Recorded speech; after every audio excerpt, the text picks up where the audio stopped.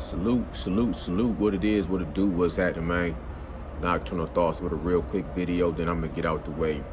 So it's brought to my attention today, first of all, 903 boxing with the host, Charles J. First person I seen talking about Keith one-time Thurman versus TSZYU. And also, let me give a special shout out to Tough TUFF Gloved Boxing. Tough, unbiased fight fan boxing. You get a salute. Go check him out and subscribe to his channel. Phenomenal, smooth, cool, laid-back channel with a plethora of boxing conversation and wisdom, knowledge, and overall great platform to check out some boxing content. Tough Glove Boxing, 903 Boxing. Nocturnal Thoughts real quick. Thoughts on Keith Thurman one time. Back in 2016, 17, I want to say. I might be off. But, you know, he had some spectacular performances. And, you know, we've seen him sort of lose his mojo. Inactivity and injuries. Get back fight. I need a get back fight. He did a get back fight with Josecito Lopez. And had some sticky situations in that fight. And from that point, he went into the fight with Pac-Man Manny Pacquiao. And we all know how that fight went. Took another little hiatus, another little break, and came back and fought Mario Barrios. That was Mario Barrios' introduction into the welterweight division. He was coming off of a loss against Gervonta Tank Davis. He might have had a fight in between that I can't remember. But I remember him losing against Gervonta Tank Davis due to a KO, TKO. Mario Barrios, El Azteca Warrior, went in there and fought against Keith one-time Thurman. And that fight had some ebbs and flows. Keith Thurman was victorious, but he had some points where he showed some vulnerability, yet and still the same way that he did against Josecito Lopez, even the same way he showed against Manny Pacquiao, and the same thing that he showed against Mario Barrios. Keith Thurman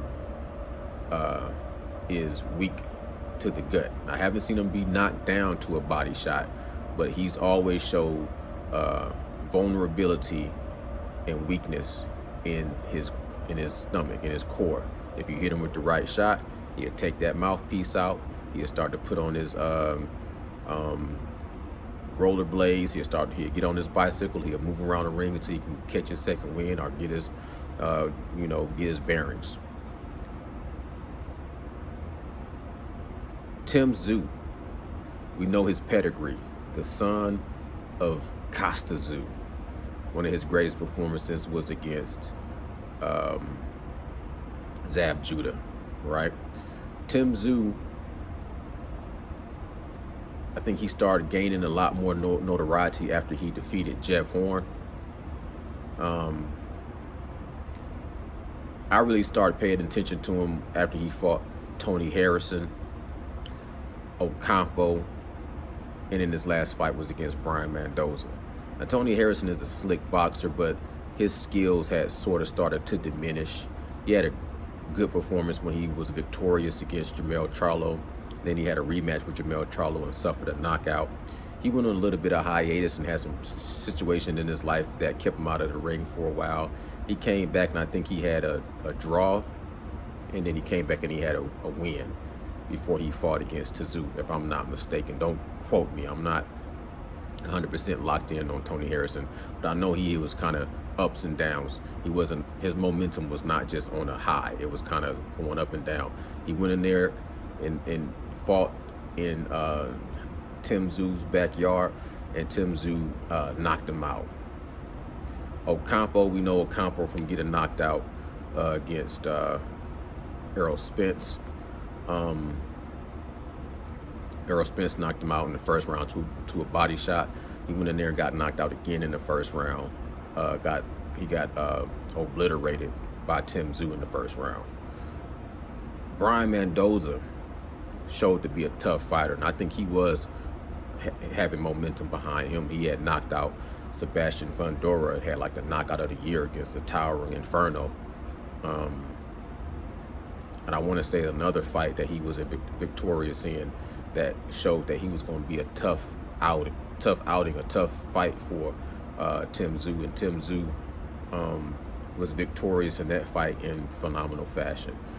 Now, there's nothing spectacular when I think of Tim Tszyu. There's not, he doesn't have like any signature style that I can really think of. He just kind of does everything well. He's a good fighter. He does everything good. He's not known for being a body snatcher, but he does have tools. He does have weaponry. He does have an arsenal that he will go to the basement and make investments. He will hit you with some good body shots. You know what I'm saying?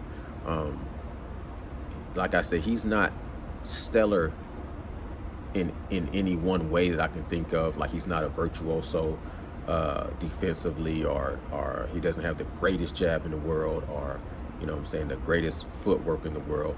But all together, all around, his determination, he's very confident, he's strong, he has good balance, he has good power in both hands, he has a good punch selection. He does have from what I can tell so far, he has a good chin. He's young and he comes from a good pedigree, and he's undefeated, so he doesn't know how to lose yet. Keith Thurman has took only one loss to the Manny Pacquiao, but it wasn't Manny Pacquiao in his prime. And Keith Thurman used to be one time.